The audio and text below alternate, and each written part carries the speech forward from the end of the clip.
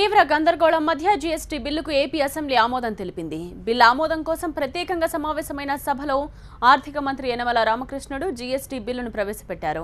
అయితే రైతుల సమస్యలపై సభలో చర్చించాల్సిందేనంటూ స్పీకర్ పోడియాన్ని చుట్టుముట్టిన వైసీపీ సర్కార్కు వ్యతిరేకంగా నినాదాలు చేసింది. వైసీపీ నినాదాల మధ్య జీఎస్టీ బిల్లుకు సభ ఆమోదం తెలిపింది. ఒకే దేశం ఒకే పన్ను కోసం కేంద్రం జీఎస్టీ బిల్ తీసుకొచ్చిందన్నారు ఏపీ సీఎం చంద్రబాబు. ఈ బిల్లుతో కేంద్ర రాష్ట్ర ప్రభుత్వాలకు న్యాయం జరుగుతుందని చంద్రబాబు అన్నారు. మరోవైపు ప్రముఖ టెన్నిస్ క్రీడాకారిణి పీవీ సింధుకు డిప్యూటీ కలెక్టర్ పదవినిచ్చేందుకు వీలుగా పబ్లిక్ సర్వీస్ రెగ్యులర్ చట్ట సవరణ బిల్లును ప్రవేశపెట్టారు యనమల. ఈ బిల్లుకు కూడా సభ తీవ్ర గందరగోళం మధ్య ఆమోదం తెలిపింది. ఆ తర్వాత స్పీకర్ సభను నిరవధికంగా వాయిదా వేశారు. ఇటీవల మీరు చూస్తే పీవీ సింధు మన రాష్ట్రంలో పుట్టిన ఆడబిడ్డ ఇదే ప్రాంతంలో పుట్టి ఈరోజు ఒలింపిక్ గేమ్స్ లో ఆవిడ ప్రతిభ చూపించింది. అదొక స్ఫూర్తిదాయకం.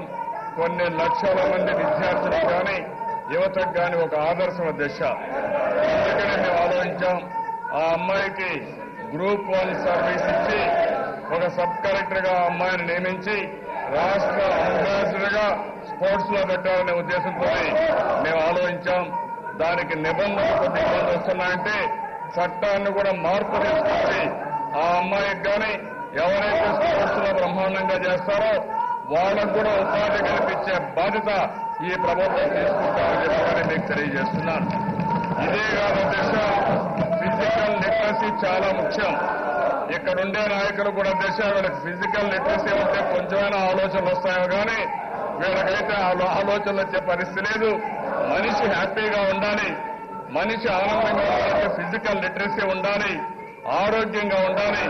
అందుకే నిన్న కూడా చెప్పారు దిశ, ఆ అంటే అమ్మ, ఆ అంటే ఆంధ్రప్రదేశ్, ఆ అంటే అమరావతి, ఆ అంటే ఆదాయం, ఆ అంటే ఆరోగ్యం, ఆ అంటే ఆనందం.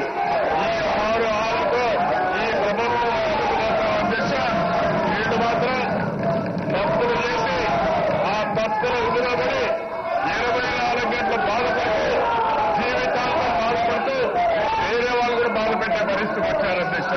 ఇది చాలా దురదృష్టం.